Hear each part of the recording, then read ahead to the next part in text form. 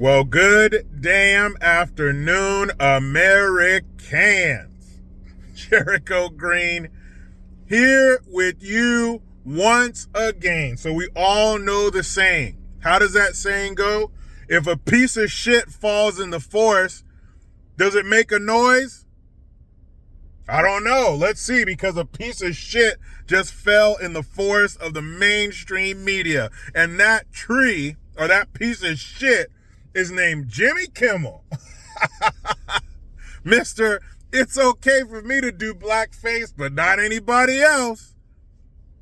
He has been suspended indefinitely. What does that mean? That is usually corporate talk for you're fired. These are just the steps we have to take because due to your union agreement, we can't just fire you.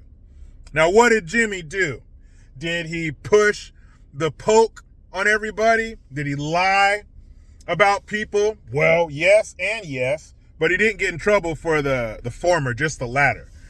So, of course, we are a week plus from the murder of Charlie Kirk, and this dumbass, Jimmy Kimmel, said that the man who shot Charlie Kirk was a Trump supporter. Now, you can't do that. That's called slander. You can't make untrue statements about people like that, especially when you have that kind of platform. So the company, was it Nexstar? I can't remember. I'll put a link in the description for all this stuff. But the company who basically runs ABC for Disney said that they do not support the comments that he made and that Disney needs to punish him, basically, because they're in the middle of trying to get their FCC license. So this is a problem because the head of the FCC said, no, you can't make statements like that. You can't say that the murderer who assassinated Charlie Kirk was a Trump supporter because there is no proof of that. You have not one iota of proof that the man was a Trump supporter. And as we're learning day by day, he was quite the opposite. His parents might have been Trump supporters, but he was not. He was dating a Ku Klux trans furry. If that's not weird enough, if a Ku Klux trans member isn't bad enough, imagine one being a fucking furry.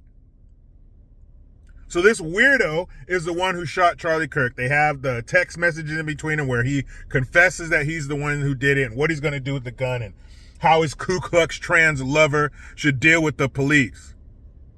But remember Jimmy Kimmel every night crying, democracy died. Trump is a racist. You need to take the poke. If you don't, you're a piece of shit. Fuck you, Jimmy Kimmel. You guys know that I love the low road. The weather's nice and the property's cheap. Come on down. But Jimmy Kimmel, that life-size labia, like if you ever wondered to yourself, can a vagina cry? Yes.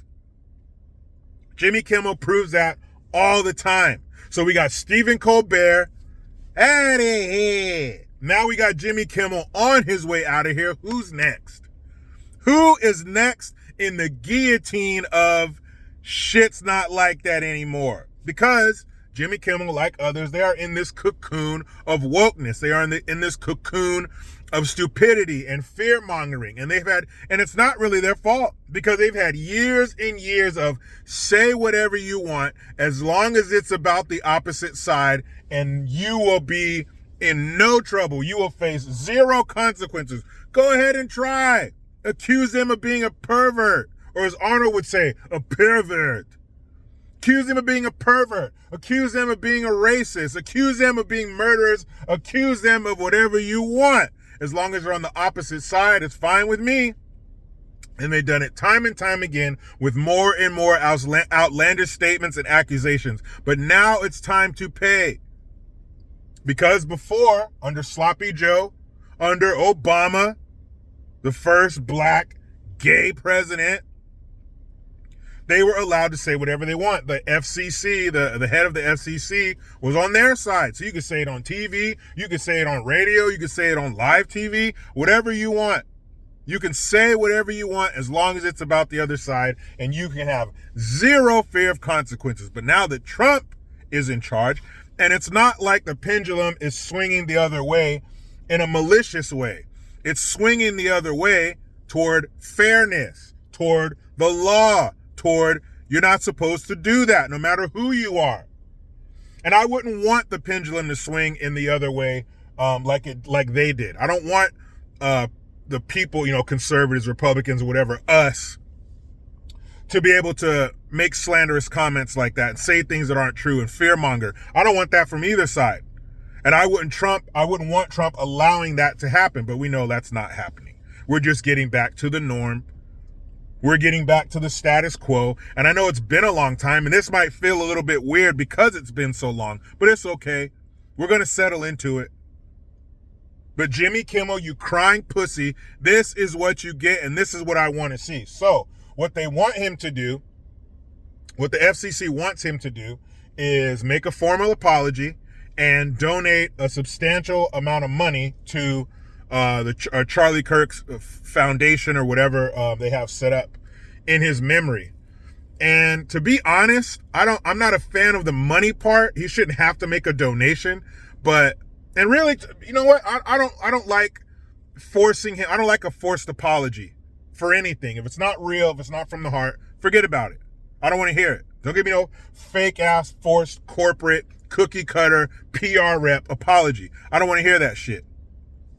But this is what they're demanding from him. Will he do it?